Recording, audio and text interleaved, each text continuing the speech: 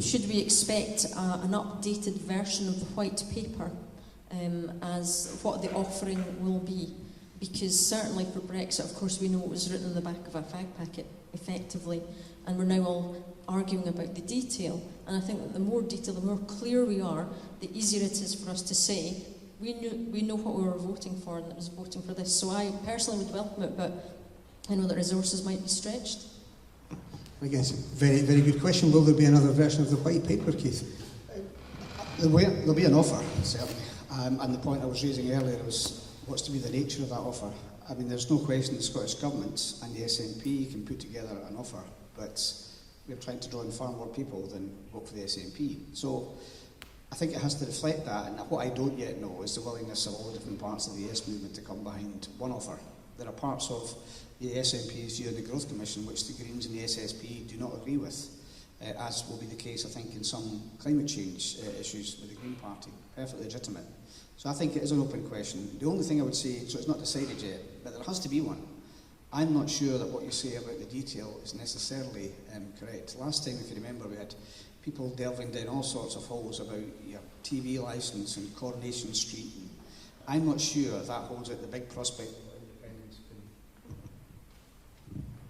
can really mean. So I think the big picture stuff's really important. I think keeping the unity of the movement together is very important. And the last thing I would say is, if you look at the European elections we've just had, neither the Tories nor the Brexit Party produced any manifesto whatsoever.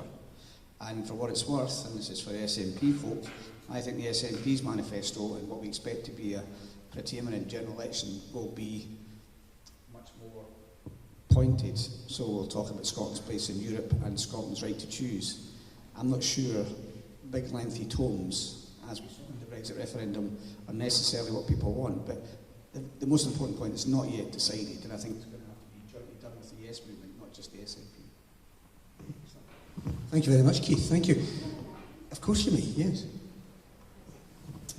Yeah, I was listening very carefully to the speech you made, and I was very interested in it because obviously the SSP's been following the Sustainable Growth Commission debate inside the SNP very pointedly because it has a profound impact on our relationship with the rest of the Yes movement. The SSP, of course, is of a position that the majority of working class Scots need to vote yes, because they're the largest base of the social pyramid. Yes are the hardest group of people to turn out to vote, but they are also the majority of Scotland. I've watched the SNP's position on this move, if I can use the term, relatively more to the right to try and appeal more to middle-class voters who previously voted no in the last referendum.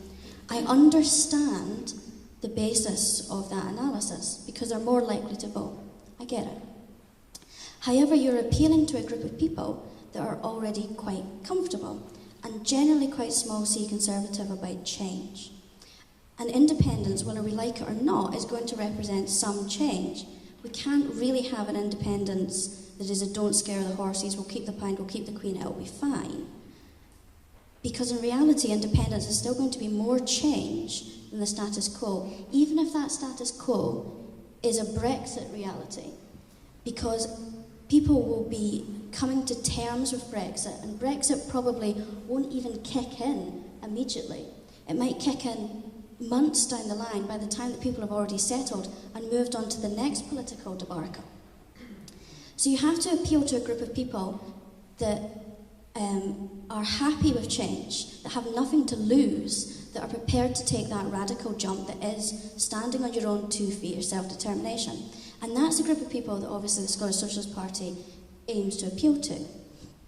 On that basis, we can't really share a platform with political parties that are advancing an independence vision that would mean 10 years of austerity or would mean that we couldn't have a Green New Deal.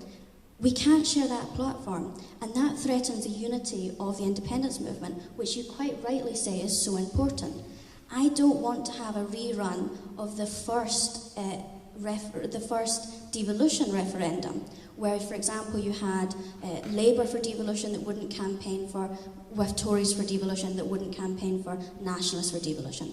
That was a mess of a campaign, and that's something that in 2014 we managed to avoid by having a white paper that was detailed enough on policy to present an exciting vision of a different country, but was also vague enough and broad enough in policy that both the Greens, the Scottish Socialist Party and the SNP could get behind it. We absolutely need that kind of vision, because you can't doorstep without a vision of what independence is for. Because the obvious question, vote independence, why? Well, because things will get better. How? And then you get into a policy discussion. And there has to be a couple of basic agreed policies, and they have to be social democratic enough that you can get everyone behind them. Now, I agree, I don't want to go into any crazy rabbit holes about detail, but they do need to be broad enough that we can all get behind. And unfortunately, the SSP couldn't get behind the Sustainable Growth Commission as the basis for the new white paper. Even if the Sustainable Growth Commission was the basis of an SNP-only white paper, and we all produced our own white papers, I think that would be too confusing as a basis of a campaign, and that's really not where I want the movement to go.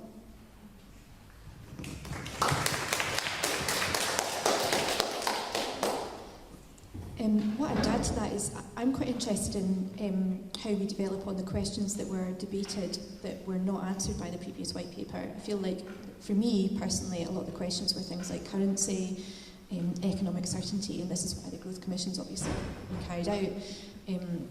And, you know, as Roisin said, we would have a different view in the Greens. I'm just a lowly councillor, but I'm sure our parliamentarians are having a tough time right now thinking, how do we develop policy and that answers those points where people were undecided or perhaps voted no because they were promised more devolution and felt that was a safer path.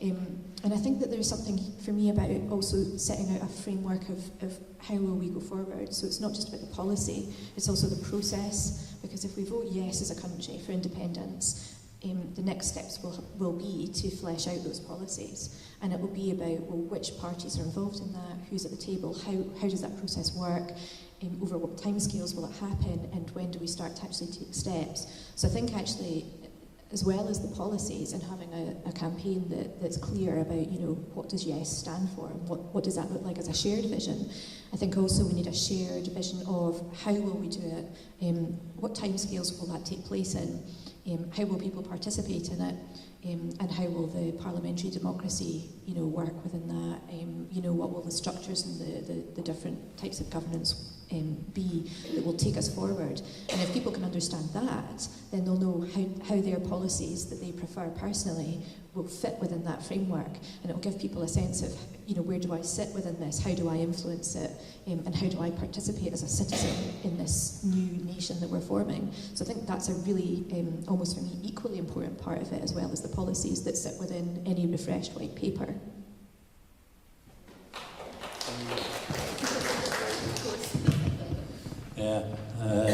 How easily various people switch backwards and forwards between talking about election campaigns and a referendum campaign as if there was no difference between them. They are massively different. And if you're talking about both in the same sentence, then I'm afraid you really don't know what you're talking about. A referendum is not an election. The other thing is how few lessons seem to have been learned from the 2014 referendum campaign. And one of the lessons has come up here thanks to the questioner. I was interested to hear Keith in his opening remarks talking about a unified offer. Well, we had a unified offer in the 2014 referendum. The white paper was the unified offer.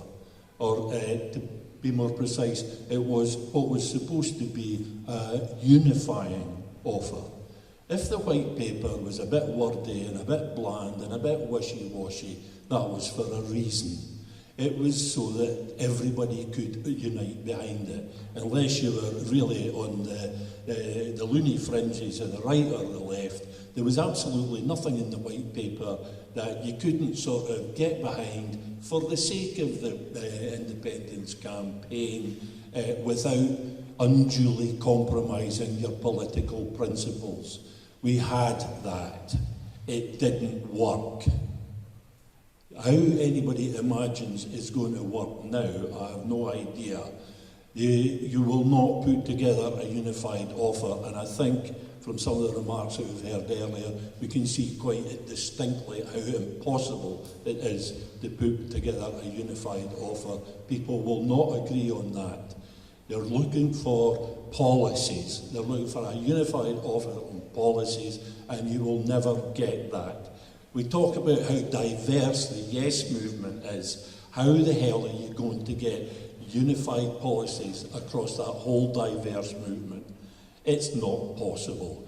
What you should be doing is looking for the one thing that everybody associated with the independence cause has in common, the one thing that everybody can agree on. And it's not independence, because independence is a contested issue, as has been amply demonstrated. Everybody has their own vision of what independence is. There are as many different definitions of independence as there are people in the Yes movement. Quite possibly more, because a lot of these people will change their minds as the day goes on.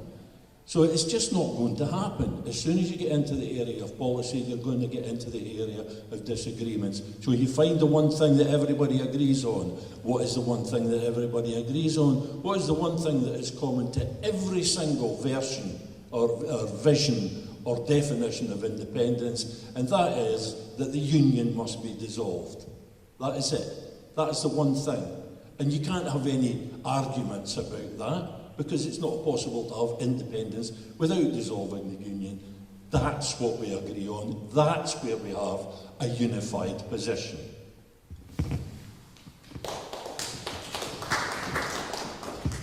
I'm going to go all Maoist on you. Let 1,000 blossoms bloom, let 1,000 schools of thought contend, was the expression that the man used. I quite like the sentiment behind that. We like a good drama in Scotland. We have a good dispute, we have lots of opinions, and there's nothing wrong with that at all. We find a way through that to actually to find a way towards a progressive society. Nonetheless, even though we flight quite a lot, we have all of these political programmes from different political parties. And it's quite legitimate for people to put that forward and see how many votes they get. And if they get enough, then that's their programme, voted in, and so on. But there's no possibility of us getting a united political programme that all political parties agree on and all the voters are going to support. Let's not begin to kid ourselves we're ever going to get anywhere near that. But there's maybe, and asking people to put aside their own policies for independence and ask them to even put aside their own principles to agree and argue publicly for a single platform is immensely difficult. But there are maybe some principles and maybe some policies which we can talk about that if I was to say that a core principle of the independence movement is we want to see a more progressive Scottish society, I would love to see a show of hands asking how many people in this room do not want a more progressive Scottish society. Maybe not too many. Given the shenanigans that we've seen in the courts over the last couple of weeks, if I was to say that unlike the UK, what we'd like to see would be a written codified constitution, again, I don't know how many hands I'd see up, but not a forest. And there are principles that are sort of progressive, a caring society, one where the rule of law is enshrined in the Constitution and is followed as opposed to what we see elsewhere. There's a few gifts, a few issues in there that we could talk about. What we're building is a platform for change in the future, and then the parties have a right to contend within that to see which variants of that platform they want, and that's put to a democratic vote. So I think it's absolutely right to do that, and it's absolutely legitimate for every party to give its own perspectives, but I think we can actually find, I'm not going to call it a big thick book like the white one we had the last time, but there certainly should be a little leaflet that can go through every door saying this is the consensus of opinion on the basic principles of what makes a decent progressive society, and all of the parties are united on this. And once we have the right to actually do something about it, once we have the powers of independence to do something, we'll stop yammering about that and we'll actually go on to build a better country.